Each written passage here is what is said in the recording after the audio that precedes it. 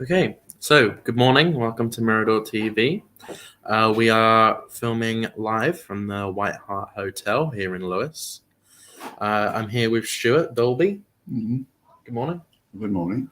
And I just realized oh gosh, I just realized here it says Mr. Keith, not Max and Stuart. I forgot to change that.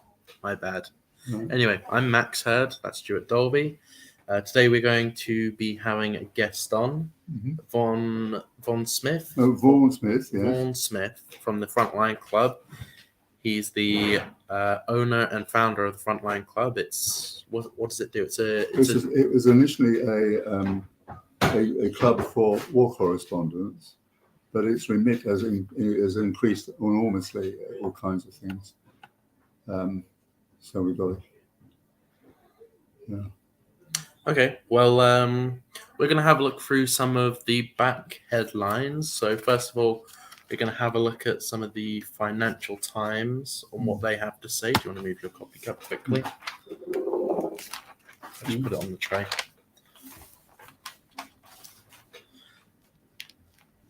I think here we've got some statistics about... We'll have a look at this for a second. Okay, so here they have some statistics. What was it called? The census. Partially, the census has been released. And it says here nearly 1 in 5 people in England and Wales, not including Scotland, 1 in 5 people in England and Wales are over the age of 60, which is that's a lot of people. That's quite a lot of. That's people at retirement age. 1 in 5 people are retirement age. So let's see what this says here. How the population has changed in the last 10 years.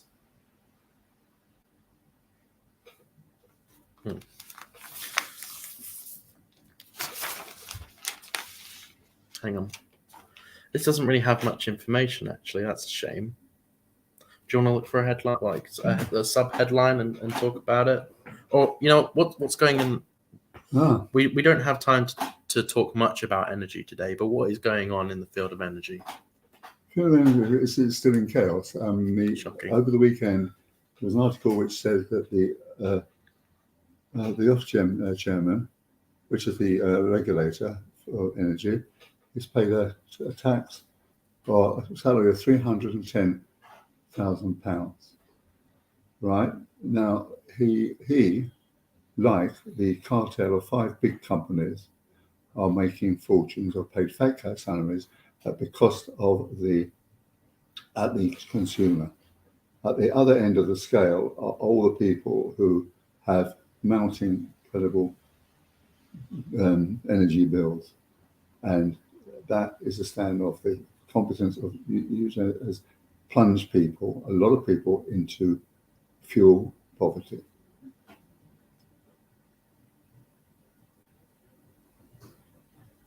Okay. I'm just looking for some more stories right now.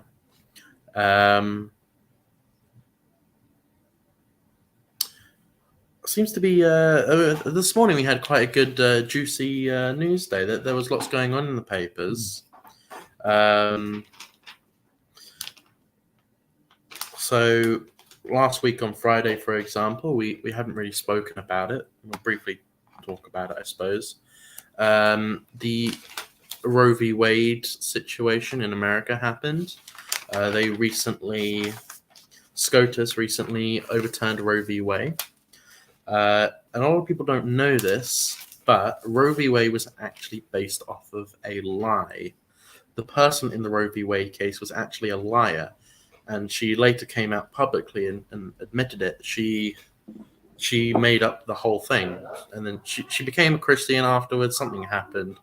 She got in some church, and then she came out and said everything she said was a lie, which was pretty crazy that was all based on.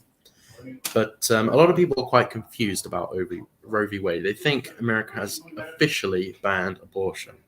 That is not true. What SCOTUS has done by overturning Roe v. Wade, what it has done is it's given the decisions back to each individual state. So you can guess your deep Christian nation states in America. A lot of them want to seem to be their own countries at the moment. That's rising popularity, like secession. That obviously deeply Christian parts of the country, like Texas and Illinois and Alabama and South Carolina and South Dakota, they're all going to ban abortion. They already have. But then your more liberal states like California and New York and all the northern states, most of them anyway, aren't going to. All it's done is made each state choose for themselves. It's really not that big of a deal. Everyone's making it out to be, and it's not. It's just giving the states their own choice. What have you written down on this paper here? No, just scribbling. Just scribbling. Yeah. There were actually some anti-abortion protests in the UK outside Parliament the other week, saying that we need to ban it in this country. What do you think of that? Well, I'm afraid I'm very liberal about this. I think, that the banning of abortions is just not going to happen. It shouldn't happen. I mean, it took such a long time to bring in the law in the 1960s, when abortions were, anti-abortionist people, I think, are just mad. I mean, you can understand, if people get raped by somebody, maybe, but so forth. But it's much wider than that, isn't it? It really is much wider than that. It used to be the saying safe, legal, and rare. That's most liberal people's view on it. Safe, legal, but rare. But it seems to have changed over the last 10 years. Like, you have some places that are allowing abortions up to literally days before birth, which I think is certainly wrong. Most people have a general agreement that it's about 20 weeks. But there are some that are saying up to 8 months, which even in people who are liberal, very liberal, would say that's ridiculous. Would you? Yeah, I would. Yeah, I agree.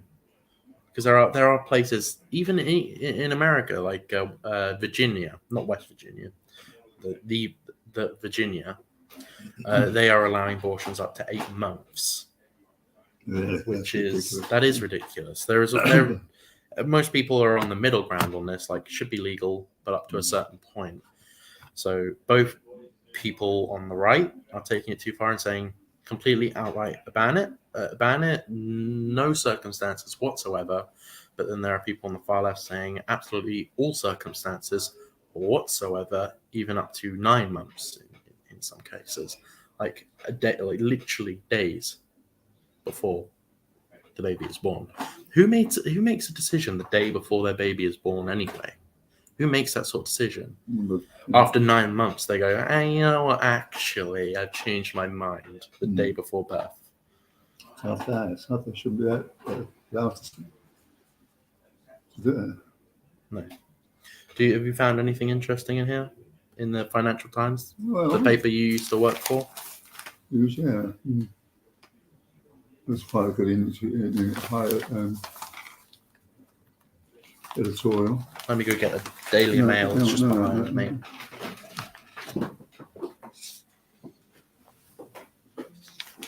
Oh wait, no, it's not. Oh, there it is. Well, let me just go ahead and get him in now. Is he? So we're just waiting for Von Smith. No, we have to actually send him an email, giving him the link. I've done it. Oh, you've done it, right? Yeah. So just wait for it. I sent it before we even started. Don't worry. So why is he not responding? I don't know. Maybe he hasn't seen it yet. Maybe message him on his phone and say we're ready for you to join. Okay. Let me just play a quick little break whilst I look for some headlines. We'll go for scenes in Sussex.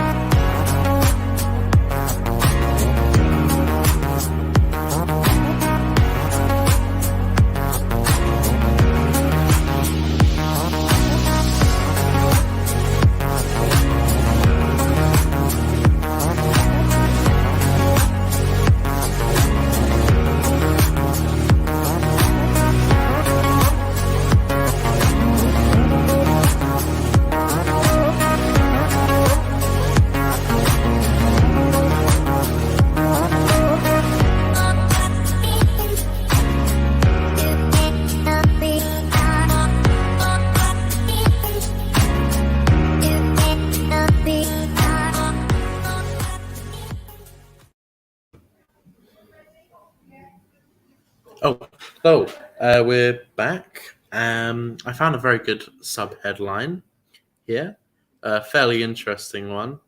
And we keep finding things like this, and it's just getting ridiculous at this point. The Daily Mail reports NHS removes women from menopause advice. Now, yes, that's absolutely ridiculous. The NHS has removed the word women from the menopause advice for those men who have go through menopause.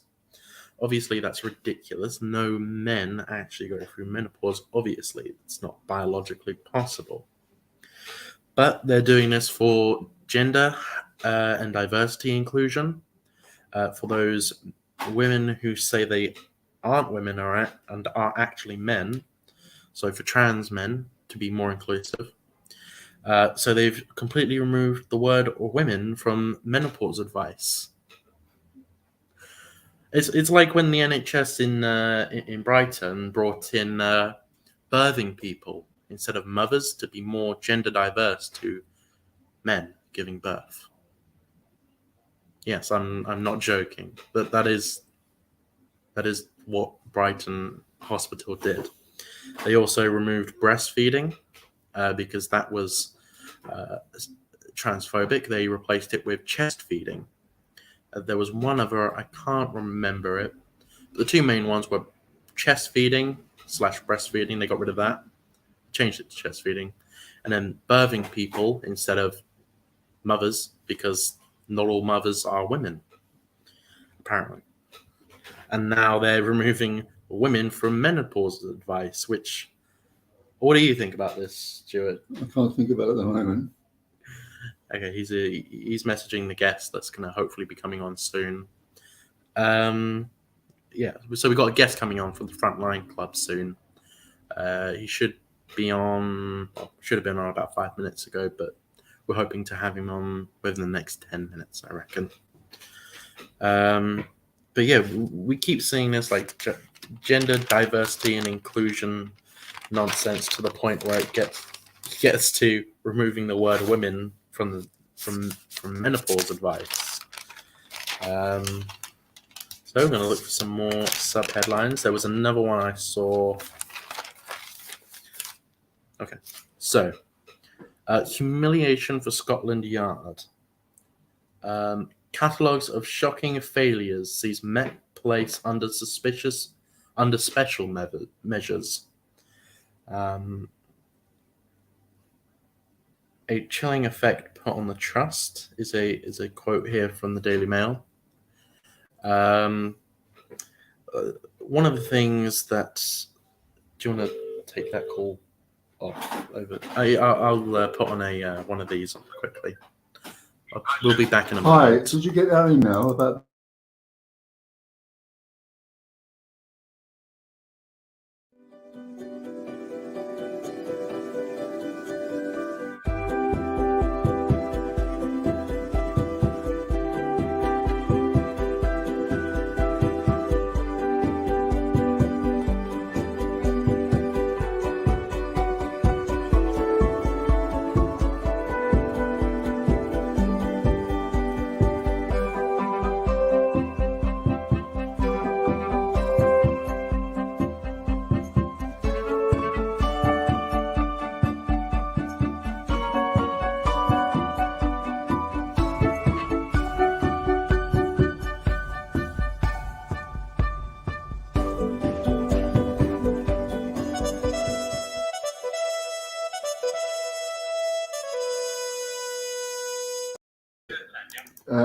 Well done, the energy companies. They're full of bright ideas to help their customers.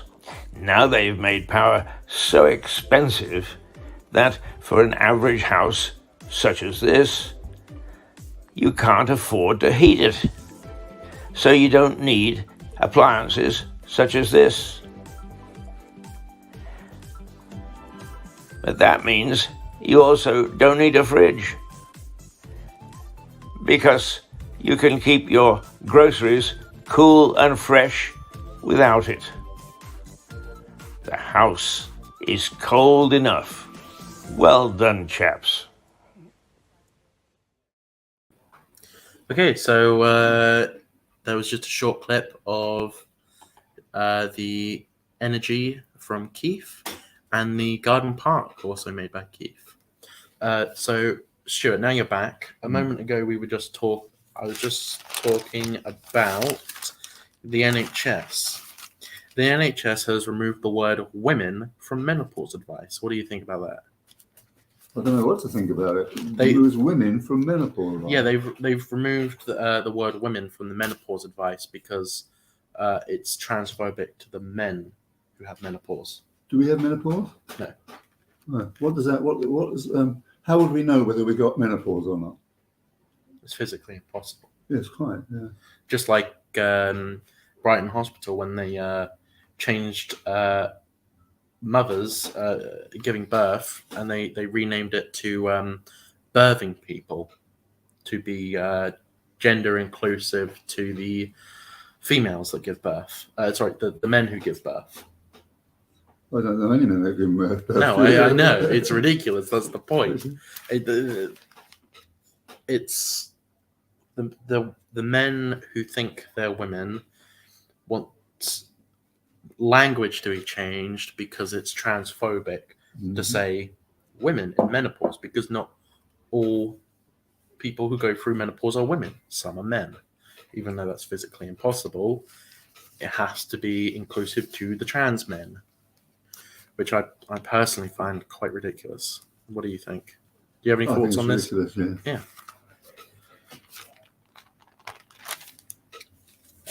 Have you had in your previous jobs? Did you have to go through any of these? They're going on fairly often now, but diversity and inclusion trainings.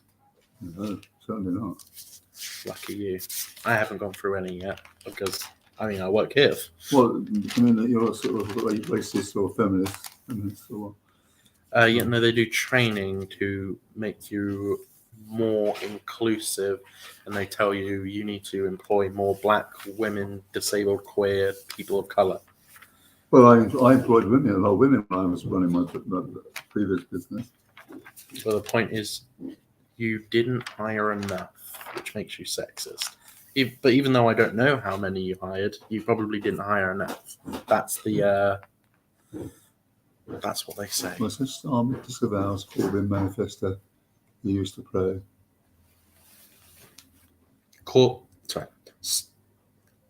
Keir Starmer disavows Jeremy Corbyn's manifesto he used to praise. Used to praise. Used to praise, yeah. Oh, okay. So he's done a U-turn on Keir. Keir Starmer's done a U-turn on Jeremy Corbyn. Quite right too. Yeah. I'm amazed that Corbyn kept his seat the last time around. I think if literally anyone else ran against Boris that wasn't Jeremy Corbyn, the other person would have won. But they put him in charge. They put him as the party leader for whatever reason. I don't know. Have you ever seen the Labour conferences? Yeah. They're god awful. They call each other comrades live on stage. It's like, obviously the young ones do, but there's a headline here: horror in Texas as 50 migrants die in the back of a truck. They were being smuggled illegally across the border, and 50 of them died in the back of this big lorry because it was 120 degrees. 102 degrees in the truck. That's pretty hot.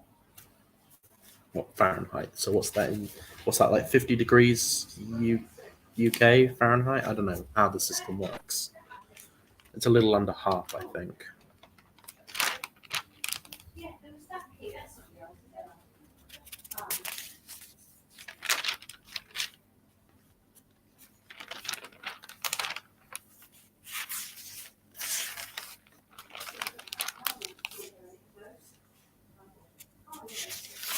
I'm going to quickly...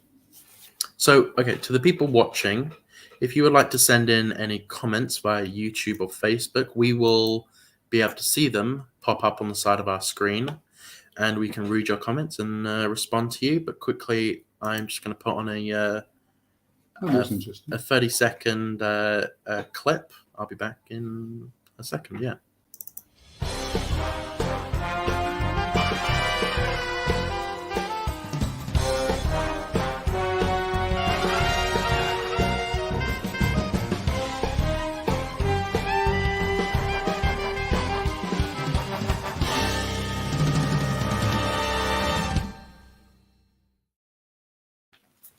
Well, I mean, I find this surgeon business quite difficult to get hold of. She's talking about a referendum in November 2023, but as far as I can make out, it's a referendum on whether a new vote should be taken, not actually voting for it or not. So it's one step back, one step, well, 2 steps forward, but 1 step back in a sense. So I don't think there will be a sort of a referendum where people vote to stay or not, or vote. I really hope the British can vote in the referendum as well. So without it, I want to see a poll done on how many British people actually want to secede from Scotland, because Scotland really want to get away from us. I want to see how many people in this country just want Scotland gone, because I know I do. They're just annoying. They're a drain on our resources, and if they want to be independent, and why are they annoying? They drain off. They mooch off our stuff and don't really give anything back. Even if they go independent, they're probably not gonna. What do you call mooching our stuff? What's that? We give them money. We fund them. They're not their own. They don't make enough money to fund their own stuff. True. So we have to keep. It's not all their own money. I mean, they do have some industries like, or services, and there's a lot of white collar stuff. No, there's quite a lot of companies up there doing pensions and investments and all kinds of things. That's why, in fact, the last referendum didn't work, because although Salmon pipes up all the young people, the older people, the wives of them, thought, hello, we're going to lose our pensions if we agree to this. Right. I thought it seemed like Scotland wanting to secede was such a popular thing, and then they voted not to. So clearly, it's not. I mean, it was close, wasn't it? It was something like 40% voted. Yeah, it wasn't that close. 40% is not close. Yeah, I mean, you're only I don't know. It kind of is. Well, where are you, Vaughan? You definitely said in the link, didn't you? You must got it. Yeah, well, he said he got it. He was just making himself a coffee. So he'll be here. Von Smith from the Frontline Club. How long have you known him for then? Oh, about 18 years. I think he started the club. Here we go. All right, let me get you set up. That's right.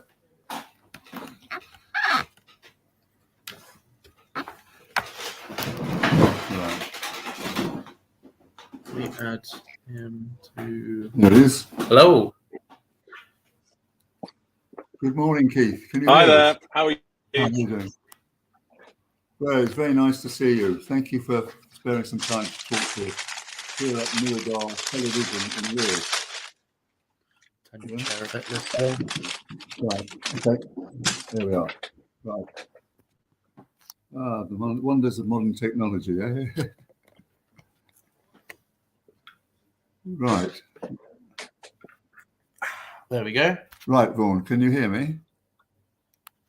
Vaughan, can you hear me? I hear you. Yeah, fine.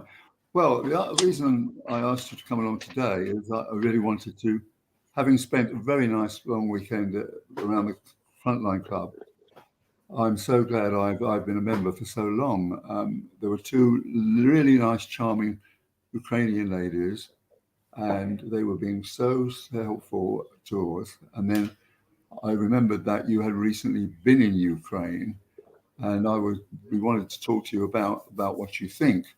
But before we do that, I want to sort of talk about how your background and how you came to actually form how you formed the work club. So first of all, let me say I don't know much about your early background, except that you own a house in Norfolk, which is quite a large one. And then you were in the army, or did a stint in the army. Is that correct? Yes. No, I did.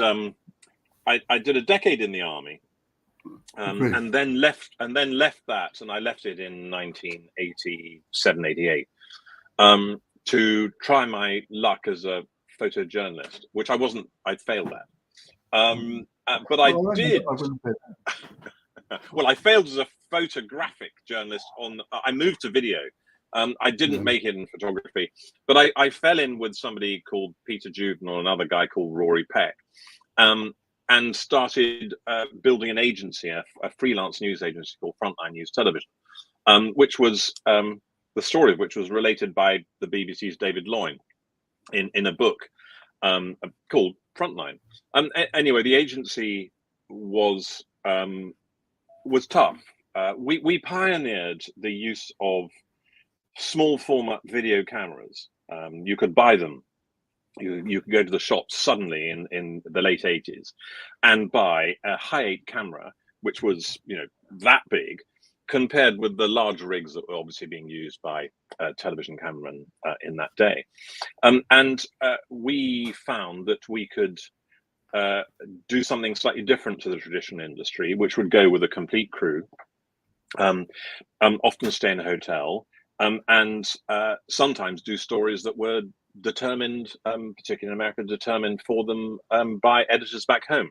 What we did was we would go, normally stay with a family because we didn't have any money locally, spend longer normally on the story, and then try and cut our own pieces 3 to 15 minutes and try and sell them to magazine pieces or the news. And so we use this technology to which cost nearly nothing. I mean, you could get a camera for a few £1,000s, whereas the rigs at the time could cost 60, 70, 80,000 pounds. The old camcorders, and so but the problem with this, of course, was it was an incredibly dangerous thing to do. We focused on conflict because that's where the opportunity was for us. That's where our ability to compete, our ability to deliver was. So it was incredibly dangerous. And in fact, there were 16 cameramen and women who were part of the agency over the years. And half of them, 8 of them, were killed during those 15 years. At that point, I'd come to believe that enough was enough. And that I could better support journalism, and by starting something called the Frontline Club. Essentially, that came out of the Kosovo War, where we would be trying to. I was working with the BBC as a freelance. We'd be pushing for the 6 o'clock or 9 o'clock news every day during the crisis, and we'd then have these great dinners and meet the diplomat we'd interviewed, the French radio crew that we'd bumped into, and we'd have these dinners. And it occurred to me that in this industry, we got to know each other terribly well, but we would meet each other so occasionally. There would be perhaps a couple of years between next time you'd see somebody who you knew very well in the trade, who you shared significant overlap of values with, and you'd meet them the next story. I tried to deliver at the Frontline Club a place in London that would support this community of people who were risking their lives to tell the truth, support first-hand reporting. So the Frontline Club came out of that, but it was also something else, to be honest. It was a freelance insurgency in the industry, insofar, the Frontline Club is certainly a freelance insurgent. In those days, the late 80s, 90s, news industry felt that you had to be employed, you had to have a job to work in it, and that the whole freelance idea was somehow not acceptable. We were treated quite poorly by the news industry, if I'm honest, by executives, not by other journalists, who, with notable exceptions, of course, there are always people who don't fit what was, I thought, a hypocritical view, the idea in this news industry that we are part of, that we should have the right to, the duty, the role to criticize everybody in public life, but not actually treat our own suppliers. We were very much bottom of the food chain as freelancers. We were treated appallingly badly. We were paid poorly, sometimes not paid at all, contracts broken. And yet we had the highest attrition rate at that time in the news industry, and it's really the Frontline Club was an attempt to note that. If you go to the bar at the Frontline Club, on the left are my 8 freelance colleagues who were killed in the course of their work in the field. Of course, we also remember other members and other people who've been killed ever since. But it was initially an attempt to promote, I thought, what were evangelical standards, evangelical values for our industry we had subscribed. You were basically do it as a tribute to your 8 people that have died. This was a way of giving a tribute to these people. Now, you started the club in 2002, didn't you? Yes, in late 2002, yeah. Yes. And I have to say that you have been very clever in not only, not pandering's the wrong word, not only working with your cameramen and so forth, but you took in the former generation, like my generation of war correspondents, like Vietnam. We did Vietnam, and I did sort of about another 10 wars, one in Oman, one in Beirut, one in Rhodesia, as it then was. And we were all the old codes, and we are now all members, so forth.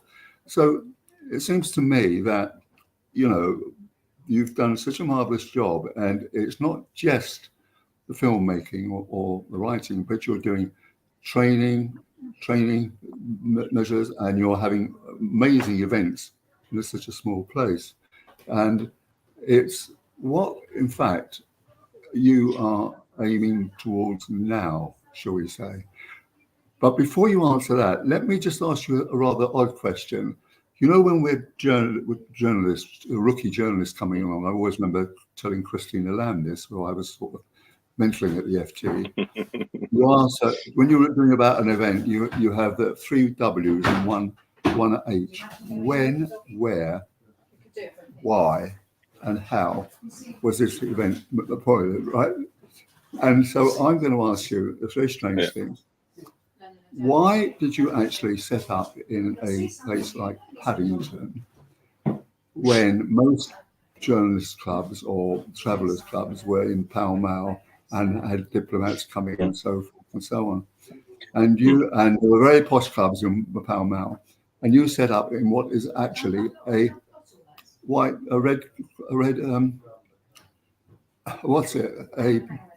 light district. A red light district, absolutely. A red light district. Now, I know about this because I was born opposite the Frontline Club in St Mary's Church, Mary's Hospital. Yeah. And I was brought up in Paddington, which, as you know, and at the bottom of Plaid Street there was this rather seedy cinema. I think it was Regal or something, and it was full of old men and dirty Macs, looking for youngsters to actually sort of be pilot films. And we young ones at North Paddington School found with a steel curtain hanger, right, wire curtain hanger, you could put it round and open the back door of the cinema, because the cinema bar would come up. So we told the older boys about that, and they used to go around there waiting for these guys to come out and bash them out. And obviously, even today, some of those hotels around where you are pretty seedy, aren't they? Yes, it hasn't gone away.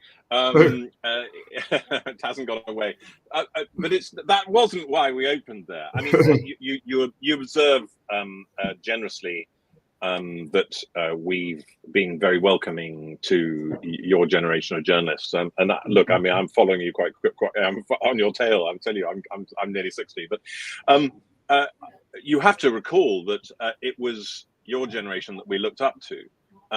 We looked at the work you'd done, we read about it, and of course that's how this works in this industry. The younger generation look at the achievements of the previous one, and so of course you lot were all very welcome at the Frontline Club. Actually, it was really important to us that you came to the Frontline Club, because it linked with our, what we strove for so much. As for Paddington, it's because what the Frontline Club is it's not a press club that is worked, that ends up, like most press clubs, being full of PR people or advertising people who want to use the club for their own purposes, for their own work purposes. It's a social club. It's really a social club for journalists and their friends. But it's also about foreign journalists. We are less interested in domestic news than we are in foreign news. It's supposed to be a window to the world. It's supposed to be a second home for people who adventurously go out and cover the world and tell the public about it. And so, in a sense, it was in Paddington, one, because property was cheaper and there were limits to my funds or my borrowing capacity at the time. It was bought in an auction. It was also because had such great access to Heathrow, where, of course, we were all flying out of. So it was access to the airports, and also Paddington has brilliant communications. The problem with putting it in Soho wasn't just the price; it was just that Paddington is quite good for the foreign journo tribe.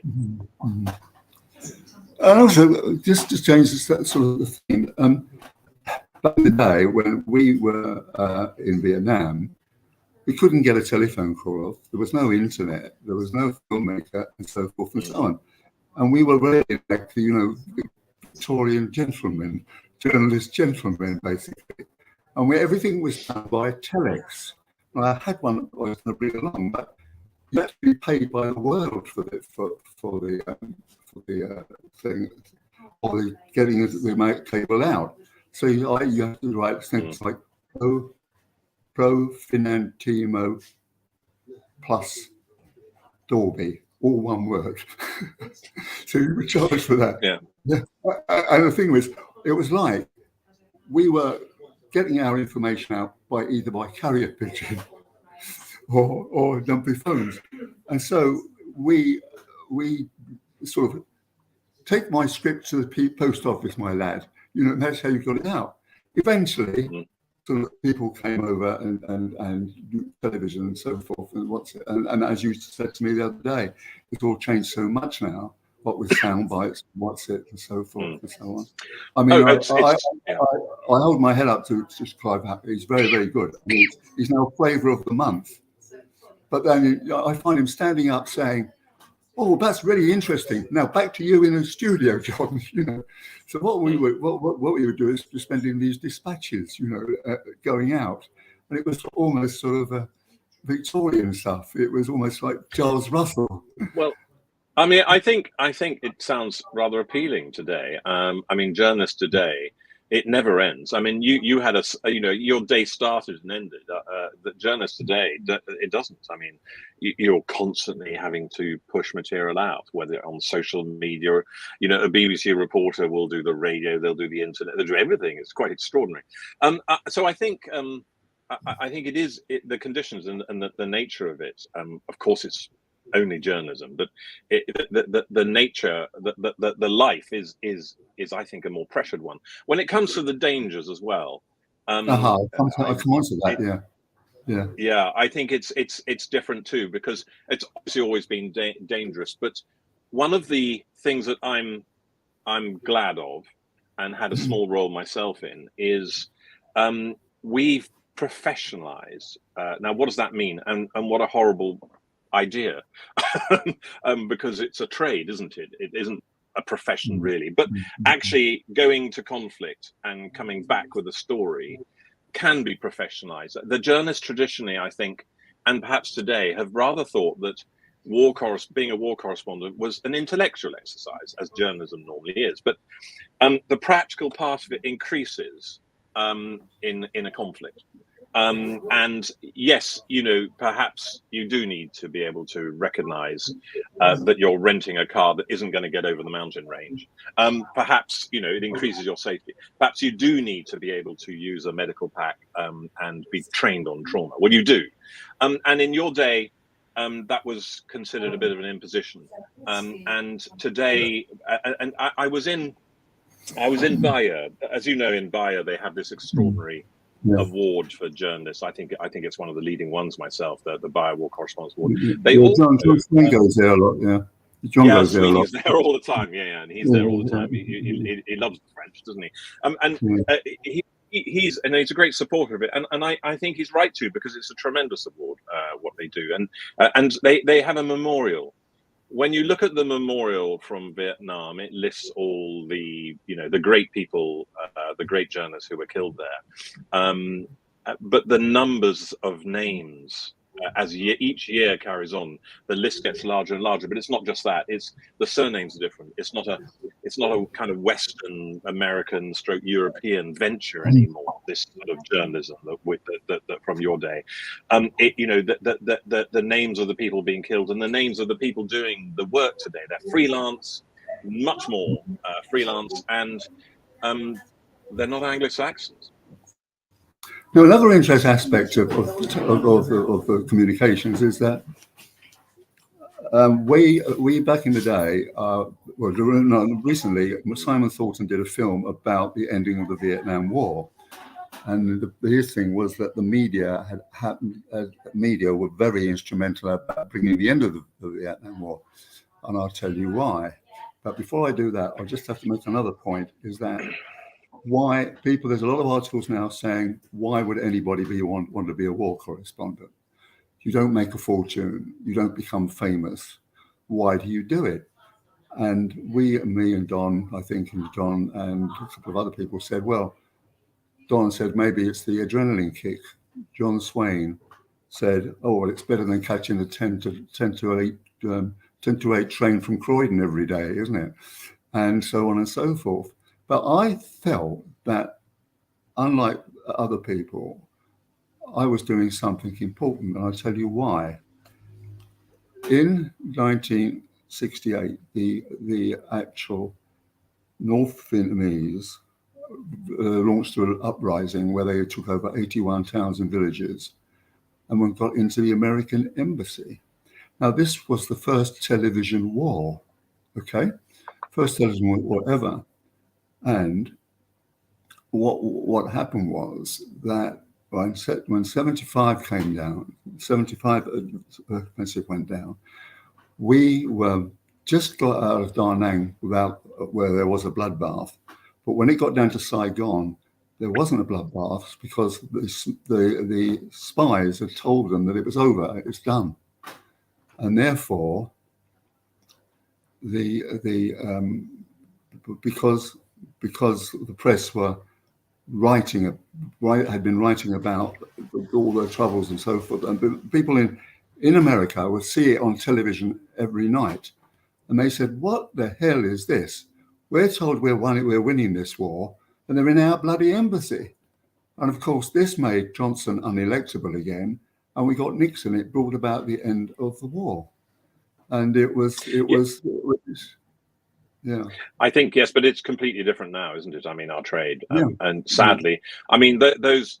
I think journalists today look on those days as some form of golden age compared with today. I mean, you talk about instrumentalization. Well, I would suggest that we're instrumentalized by the authorities. I mean, there are very many more people working in PR for governments than there are good journalists working for any independent media. They're better funded, better paid, and I'm afraid the whole idea of propaganda and misinformation that we're supposed to be trying to correct or contend with, it is a completely different beast with Facebook. It's a completely different beast now with the amount of government-sponsored smear being pushed out against detractors. When you have people like Julian Assange, or specifically Julian Assange, it's interesting. There were a lot of journalists who disagreed with what he did or the way he did it, and there are all sorts of debates and arguments about that. But I haven't met a journalist who thinks he should be extradited to USA. And so, you do have to wonder what state reporting, defense reporting, security reporting will be in if people can be extradited that way. So I think we live in a different world journalistically. I think the impact you can have, as the job gets bigger, the impact you can have as an individual seems to get smaller. Well, I think that's true. But back in the day, we when the end finally came in Saigon, the Saigon, all the American journalists were told they must leave because the CIA said there would be a bloodbath. Well, there wasn't. And us British journalists, there were 9 of us, could stay on. And what's it? Right. And then, right. So we were there, American journalists had gone, and there was that. And Sandy Gore, who you remember, the great Sandy Gore, he got the keys from the British Embassy and the British Club. And so we spent 3 weeks playing badminton, swimming in the pool, and watching a job load of carry on films for 3 weeks. After 3 weeks, I said to Sandy, look, this is getting very, very boring. I'm going to make you chairman of the Escape Committee, and I will be deputy chairman of the Escape Committee. So he went up to Colonel Tran and said, Colonel Tran, this is getting beyond a joke. I really do feel you must do something for us. So in the following week, we were sent up to Laos, and it was up to Laos there. And I'd been to Sussex University, and some of my peer group had gone over to America, and there was a story about me and the other British journalists staying on in a Time magazine. So this text he sent me, or telegram sent me, is it true that you got pissed and fell asleep? And I said to myself, yes, that's true. And the Viet Cong were knocking on your door the next morning. I said, that's not true, but what a wonderful story. I think we'll go with that. Yeah. Anyway, no, great story. Yeah, but let's go over back sort of to what we're going to start with Ukraine now. People don't. Another aspect of the whole thing, which I just talked to Carla Gall about this. At any given time when we're in Saigon, there are only about 6 women reporters or photographers, people like Kathleen Roy and so forth and so on. Now, more than half the war correspondents are female. And the reason really that there were so few of this in Saigon is because the American army wouldn't countenance women going to war. It was a sort of, anti-feminist kind of thing. But now, and I was talking to Carla about this, and I said, well, is it a good thing? And I think probably it is, don't you? Oh, I think it's a good thing, yes. But it doesn't matter whether it's a good thing or not. It's a thing. It's happened. It's here. I think all good journalists care about the journalism. I want the best journalism done just as you do. And I think women do very well in conflicts. There's no question about it. But if they're good journalists, it's about whether they're good journalists, not their sex. I think women can often have a particular focus on human stories, and sometimes are able to get greater access to those than us, through families and through children and through women. I think also they're inclined, I think, helpfully, to be less interested in the bang bang, which we need. It's plentiful. It's plentiful today because there's so many cameras out there, so it's less critical. I think. So I think perhaps that could account for it. That there's a tendency, I think, for them to focus on great stories. But it's definitely true. But it's not just women in journalism today, and there are many more of them. And I think you're probably right. There are more. I'm the elected representative of over 1,000 freelance journalists, freelance conflict journalists, through an enterprise which is supported by the Frontline Club, called the Frontline Freelance Register. It exists really as a funnel for freelancers who emerge, fresh freelancers, to give them an opportunity to acquire a KITES mark, which enables them to be recognized by the industry. They have to sign a statement of conduct, a code of conduct, and they have to commit to getting properly trained, understanding how to use first aid equipment, and save a life, because you normally aren't able to save your own, but you might well be able to save the person you're with. And that's now considered quite rightly to be a prerequisite for covering conflicts because of the nature in which the dangers have increased over the years. And so effectively, the people I represent, I know quite a lot about. That more of them are women. More of them come from countries all over the world. Yeah. And so, yes, it's a very diverse group of people, but it's become so because these are the people who've succeeded in journalism and making it work. Great. Vaughan, it's been a wonderful conversation. Now, I brought in the owner of Mirador Television, Keith Hayes, and I told him that you are in the middle of a drive to increase your fundraising, and he probably might have something to say about that. Right. Okay. Do you want to turn it around a little bit so I can see? Yeah. There you are, as ugly as he is. Both of you are wearing hats.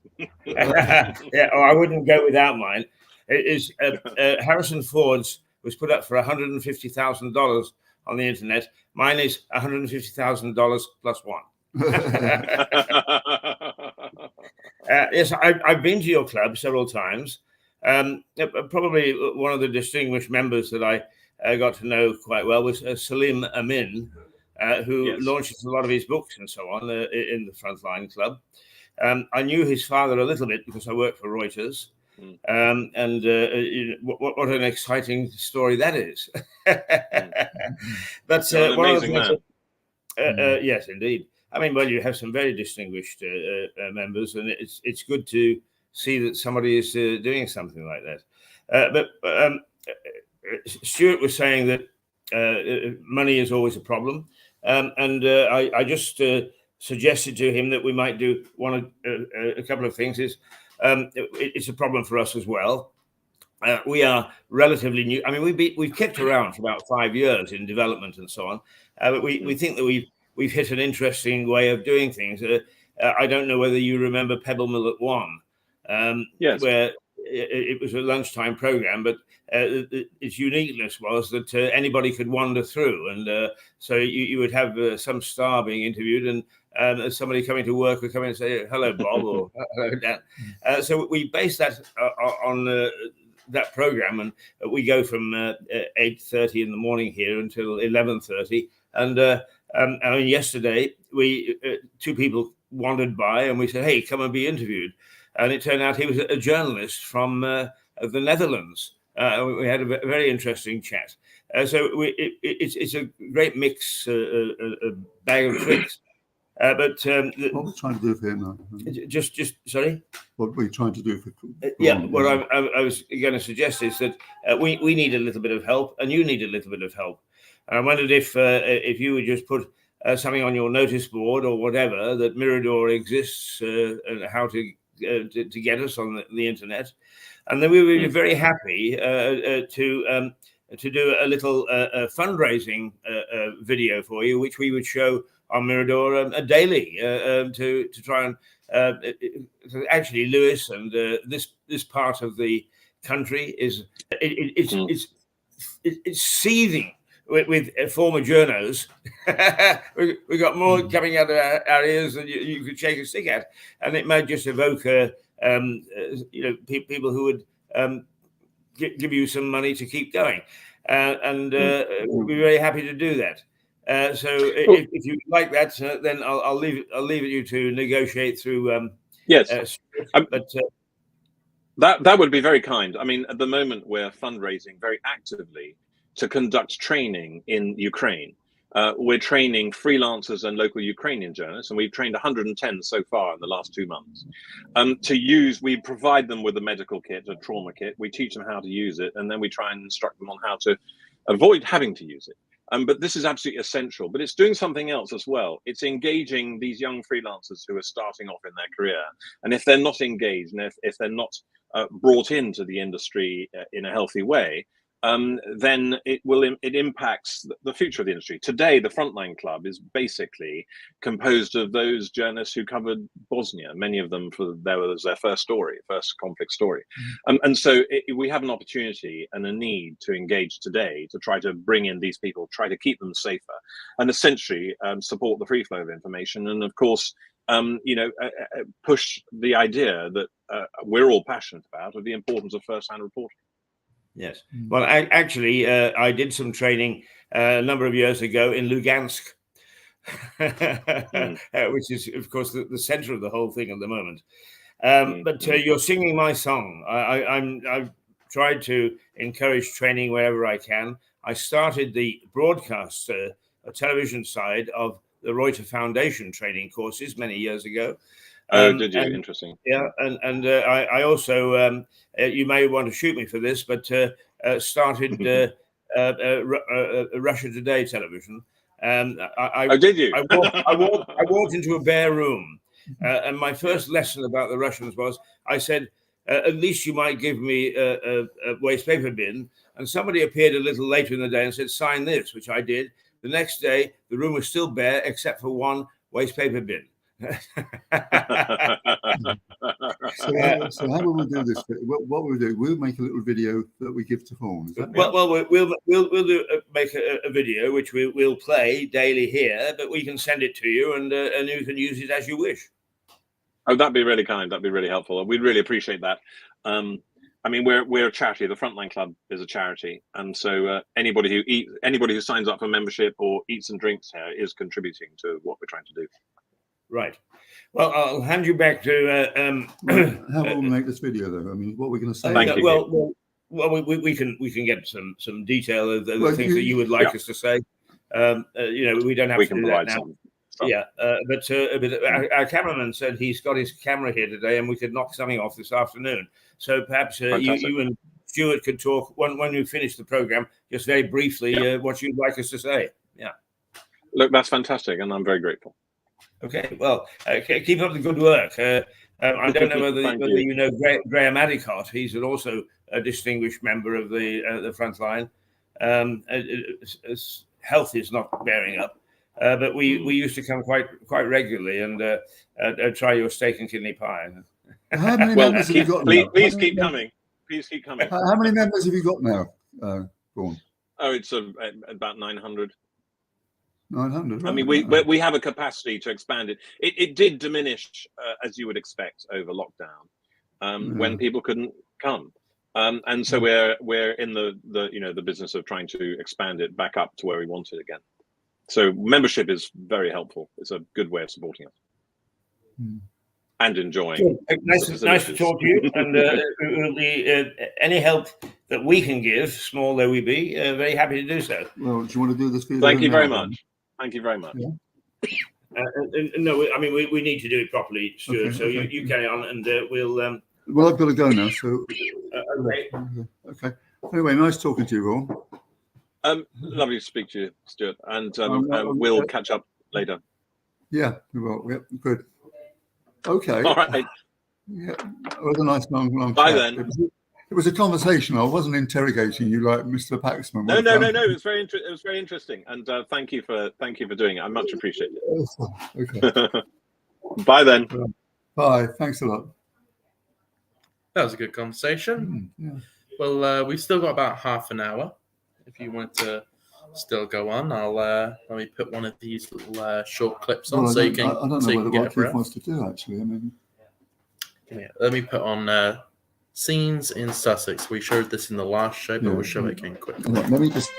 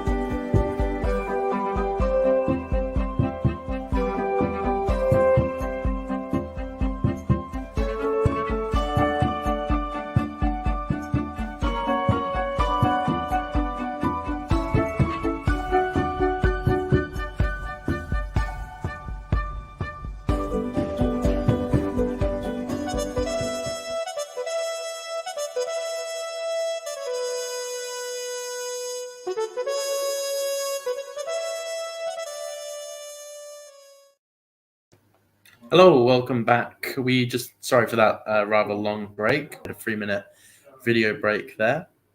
I'm back here with Keith. That was a good conversation you had with Val. I can't pronounce his name. What was his name? Val something Smith. Anyway, that was a good conversation from the owner of the Frontline Club.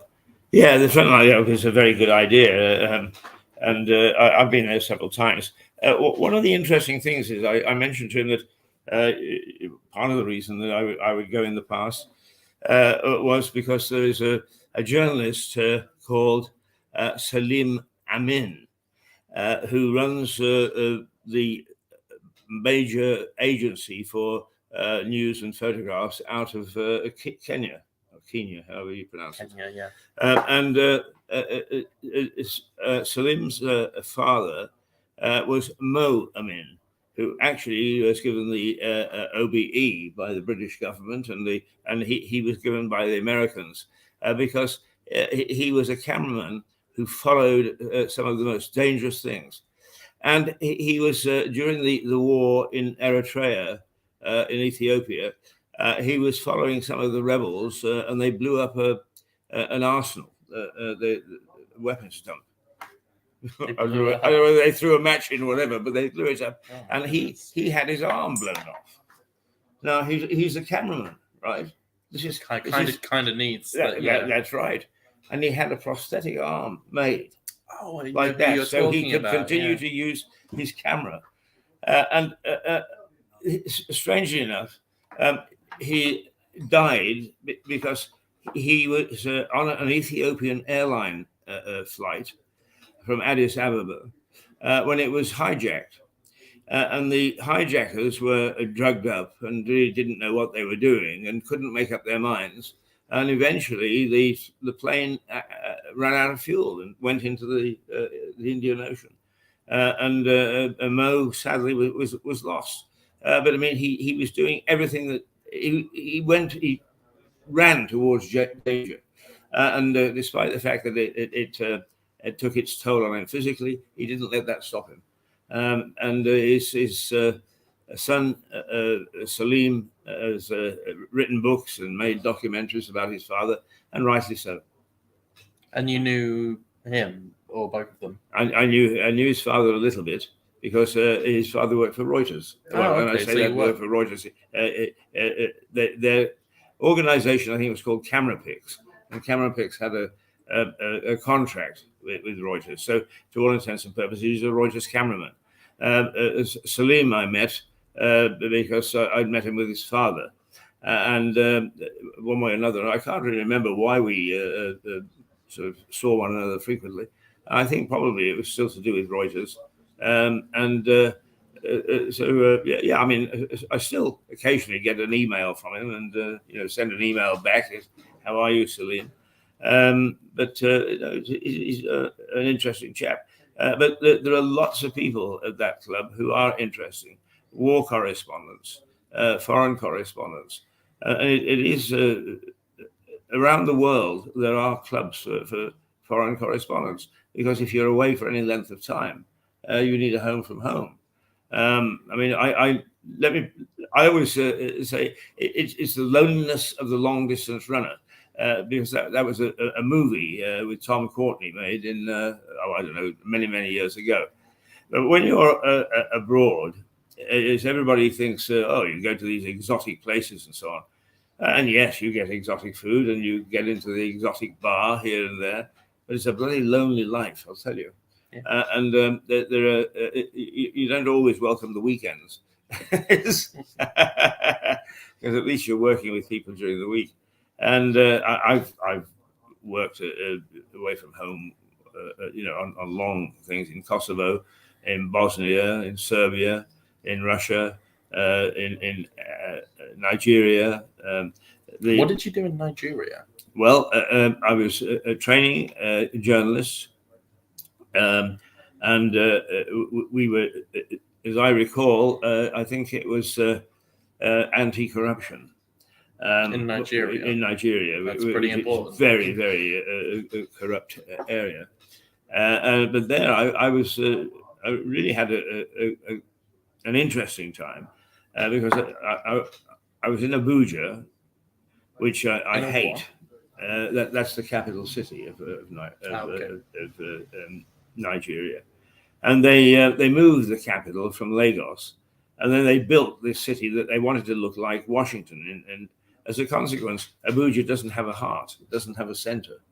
I just don't like the place at all. But one of my favorite places is a place called Damaturu, and Damaturu is in northeastern Nigeria. It takes a 24-hour drive to get there, but it's a place that occasionally is Boko Haram take over, and it's under Sharia law. And the journalists that my colleagues and some of the trainees there said to me, would you like a beer, Mr. Keith? Well, yes, I would, but Sharia law, no bars or anything. So we'll pick you up tonight. So they picked me up, and I went over this great big. I was aware of going into very dark, because no electricity. They had little generators on the high street, but, and bumping over empty ground in the dark, and I was vaguely aware of some walls and a gate, and in I went. And then I sat down in very limited light and had a beer under a flagpole. And I said to these guys, "Where are we?" And they said, the police officer's mess. The only place you could get in town and drink in town was the police officers. But the other thing that I remember, the things stick in your mind when you go abroad. I mean, I spent a lot of time abroad, and I couldn't tell you on a day-to-day basis what I remember and don't. But there are little things that stick in your mind. We sat outside that night drinking beer, and there was an African thunderstorm. And African thunderstorm is that there are clouds that are quite individual that sail through an empty sky. And the lightning doesn't go to the ground. It goes from cloud to cloud. And it is spectacular. Absolutely spectacular. Better than all the lights. So it goes sideways. Yeah. Boom, boom. That's weird. Yeah. That's very strange. How long did you spend in Nigeria? I was there over a period of 3 years, and I was there for sort of 2 or 3 months at a time. Yeah. But Kosovo was probably the longest time that I was. No, that's not quite true. But I eventually ended up saying that I was just a resident. But I went to Northern Ireland for the BBC for a 2-month contract, and ended up there for 15 years. So that was rather a long stint. But the next longest was Kosovo, where I was 2.5 years. I like Kosovo. I had a very good time there. I got to know a lot of people. Did you like Nigeria? Or was that? No, I do. I like the Africans. Strangely enough, in the middle of the night, the other night, I had one of my. It's very rare, but I just occasionally get pissed off with myself. And so I actually got up and I wrote on Facebook, I'm feeling down and I don't know why, and so on, how depressing. Only 4-liner. And this morning I've opened up my email, and there is from a lady journalist that I knew, and she said, do you want to talk? Do you want to talk? Let me help you get out of your depression. The wonderful thing about going around the world is you make hundreds and hundreds of friends. And they stay friends, and they stay colleagues. I mean, from my days in Russia, in Moscow, from Russia today, I probably know, I would say, a couple of hundred Russian journalists. And strange enough, I found an old photograph, somebody sent it to me, whatever, of a group of journalists that I trained. And I just put it up on Facebook, and the response was huge. Gosh, we remember those halcyon days, etc., etc. So it's always very interesting being away. Yeah. Did you ever go to Uganda? Did you ever go in there? There are only 2 African countries I've been to. One is Nigeria, and the other is Ethiopia. Really? The only other thing that here in London, I've trained many people from Ghana. So I feel an affinity with Ghana as well. So you've never been to South Africa? Usually No, that's I've the never. only As a matter of fact, place. the one thing that is caused me grief is I've been very close, but I have never been south of the equator. One of my on my bucket list is to actually go, even if I only step one step over the equator. That's one thing I would like to do. Just to say, I've been in the southern hemisphere. I've been in 60 countries in the northern hemisphere. Oh look! Oh, trouble is back. In God's sake, he's like my bloody shadow. Wherever I go, he comes and causes me grief. Yeah. Your motorised wheelchair is outside. Sorry. He said your motorised. Oh right, my motorised vehicle is out. Yes, Wheelchair, yes. I can't wait to get my little moto thing. But Africa is. What I found was one of the interesting things is, for instance, is in Damaturu, there were what they know as street children. They were born out of wedlock and were abandoned, but the community looks after them. But what it does is these, because it's very hot and they can sleep outside. For instance, they would be sort of begging, and the resident would say, "No, okay, go and pick up that paper over there. Do a little litter thing," and they would scurry off and they would do a little job. Then he gave them to make them feel that they were earning this handout, not just getting it. Yeah. Okay. Yeah. That's quite interesting. So, have you been to almost? You must have been to almost every single country in the Northern Hemisphere, then. Well, actually, no. There are a lot of gaps, but it's amazing how many countries there are in the Northern Hemisphere. Really? And I mean, for instance, I am known or was known as the Balkan specialist. When you think of it, is Kosovo, Serbia, Croatia. And I was in Romania I worked in Romania for a year and a half. But I went to Romania sort of half a dozen times as well. Did you ever find yourself in like the USSR? Did you ever go when that? Yes, the first time I went to Moscow was in 1975, and it was very much the. And what was it like there? Was it as bad as I think? Well, I mean, it was ordered. It was very ordinary. I mean, you remember little things. For instance, the shops would have butcher, not Jones the butcher, just butcher, fishmonger, not Smith's. And that's one of the things that. But also, it's very difficult in those days to move around the city without having a minder. There was somebody watching you all the time, so that was one of the things that you very much remember, the closed society. But I also went to East Berlin a couple of times, and I went over when you went through Checkpoint Charlie. Checkpoint Charlie, the way that you see Checkpoint Charlie in the movies is exactly the way it is. And I believe, although I haven't been back to Berlin recently, I believe that they've, now that the wall is down, they've kept Checkpoint Charlie just the way it was.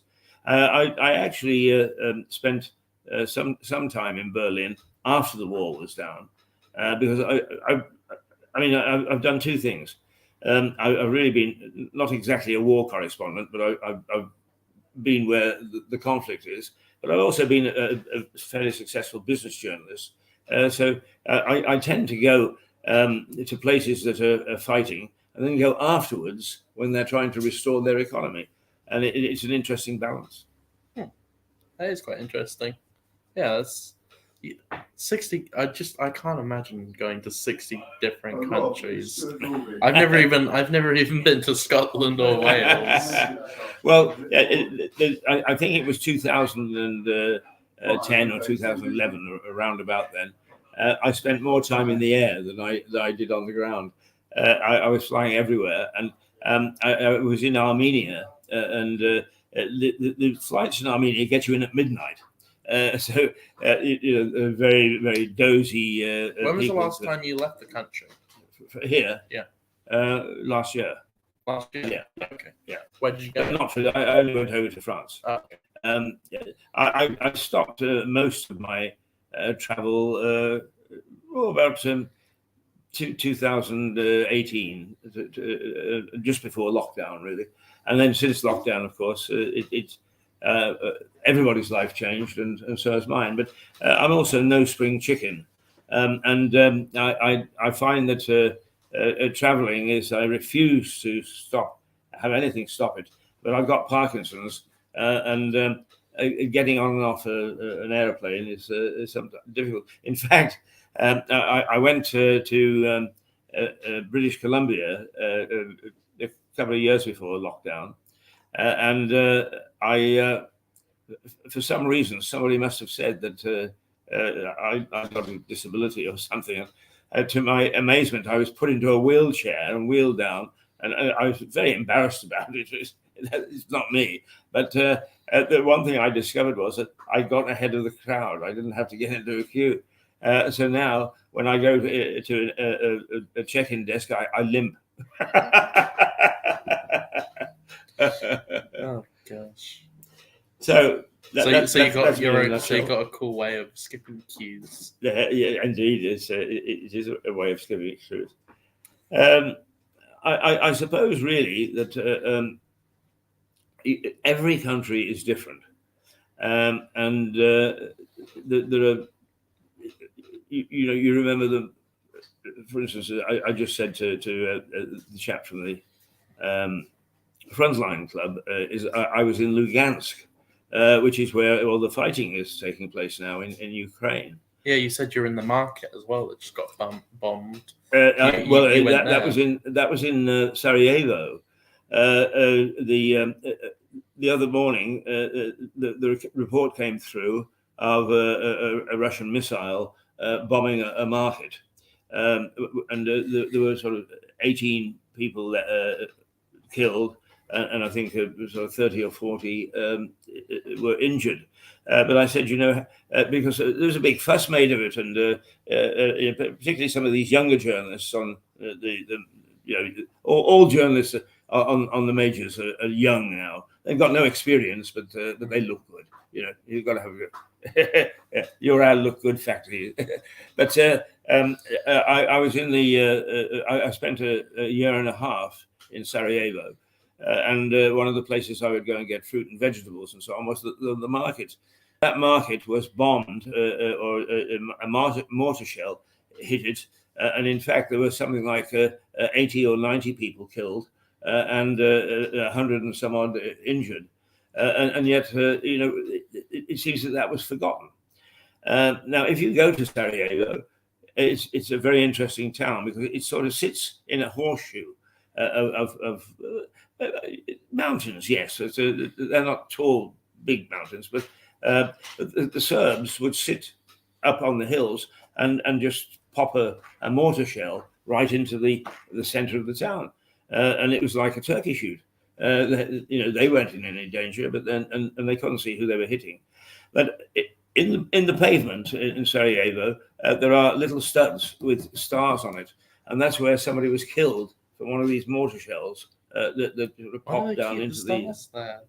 They keep the stars there. Yeah, they've started to show what happened. I mean, once again, I think it's some 5 or 6 years since I've been to Sarajevo, but in my time there, is from the fighting, there wasn't a building that wasn't pockmarked with gunshots from the fighting that's taken place.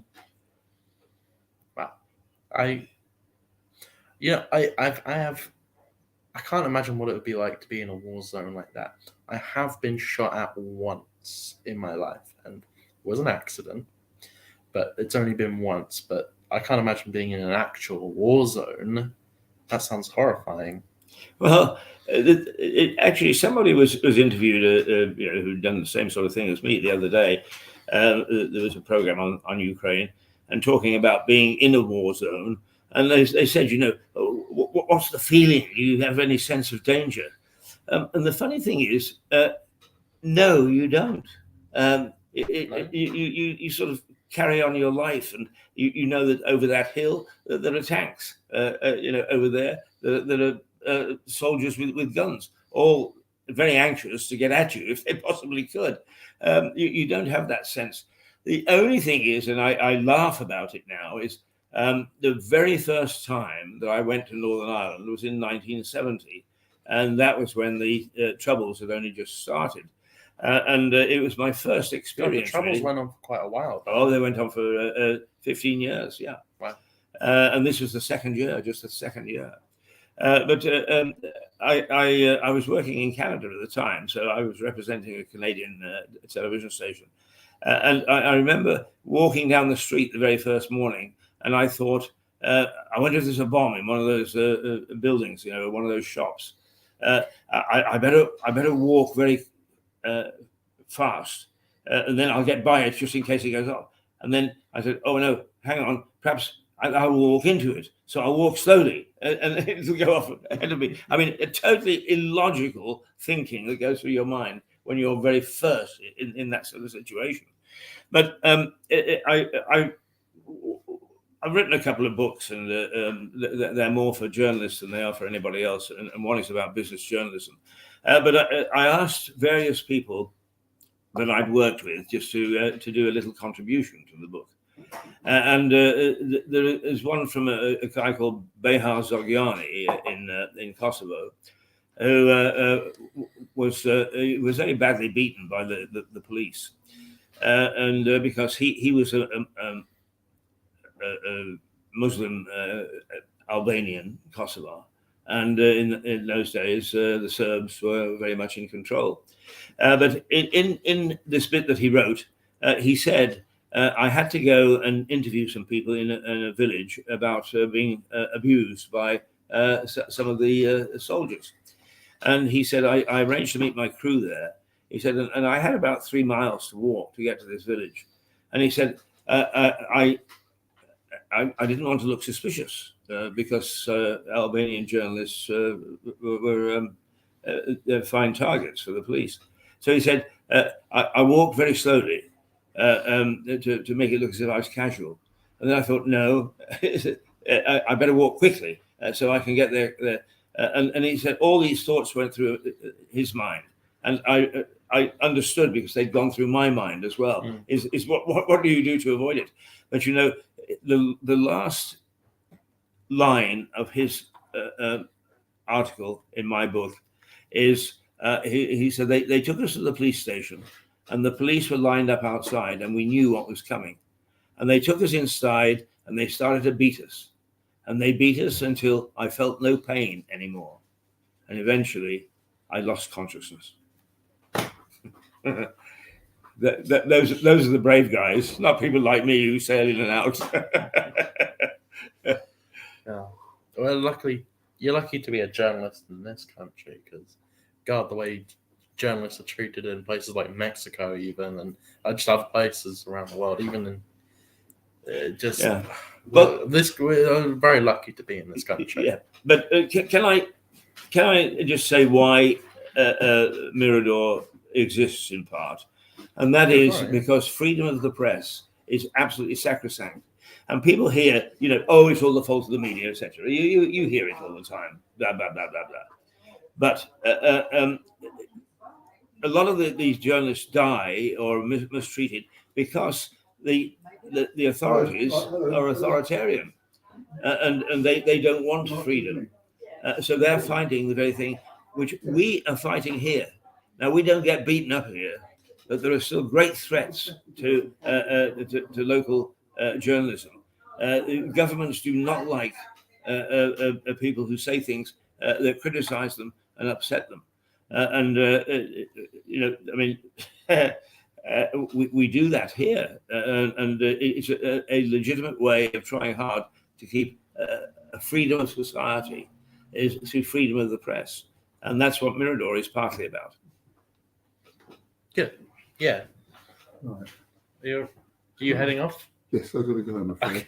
All right. Okay. Shall we head off? Well, I think what is it? Well, you're 20 past. I think that, yes, I think you can safely say we'll see you tomorrow, and we'll. I shall be here tomorrow morning. That was quite a good talk with Vaughan, though, wasn't it? We covered so much. It was a good one. Yeah. The quality seems to be better when it's split screen. I don't know what that is, but anyway, you're listening to privileged inside information here, by the way, because we're on the air. Yeah. But this is a very relaxed and unusual television service. We talk about all sorts of things when it's as if we're in the back room. Yes, it was a very good chat. But that guy is doing a great job, and particularly with his training. I'm delighted that he's doing a training because it's been at the heart of my. How many people did he say he'd trained already? I don't know, a few hundred, I think.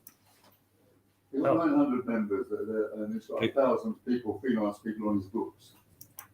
Yeah, but I think he, in terms of, he's actually running training sessions. I didn't catch how many he's trained, but it was a fair few, and that's why he's anxious to get some money to pay for the training. It is not cheap, and well, it doesn't matter whether you send somebody to a country or whether people come in. You've got to pay for lodging and flights and so on and so forth. Yep. How are we going to do this video for him? Well, we'll talk about it once we're off. Yeah. I've got to go. That's okay. We'll. I'll talk to you later in the day. Okay. Yeah. Right. Okay. All right. Well. Okay. Should have. Yeah. Yeah. Well. Yeah. Well done, co-hosts. You and Stuart did a good job again today, and an interesting. Yeah, the guest. first show was quite good. That was good. I stumbled over myself too much today, but oh well, it's all right. Listen, I'm getting a bit old now. I'm over 35, and as a consequence, your mind slows down a little bit. So you hear me stumbling all the time. I can look back to videos of 10 or 15 years ago, and I was faultless. Not one or in it. Nowadays, I'm all over the place. But the fact of the matter is, one way or another, I think people say, I still communicate. You communicate. That's all you got to worry about. Okay. Well, you'll see Keith tomorrow. And then on Friday, I'll be here and we have a special show. We are covering, what are we covering? Covering the patina. The patina. So those people, I mean, most people in Lewis know what patina is because they have children at school. But basically, throughout the year, there's a great effort to make sure that they have art classes and art making things, and they parade these things through the streets as a sort of a coming of age or moving up type thing. And some of them are some of the costumes and so on are very, very creative. I've never seen it, so Friday will be the first time I see it, and I'll be filming that outside. And you and Stuart, I believe, will be inside filming from the balcony. Well, we hope that we'll be on the balcony looking down on them, and it goes down the high street. I think it starts around about 12.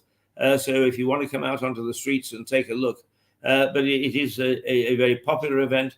It's a good event, and it's certainly it is the only one of its kind anywhere in the country. So there you go. Okay. Well, see you tomorrow. All right. Bye. All right. Toodle-pip. Have a good rest of your day.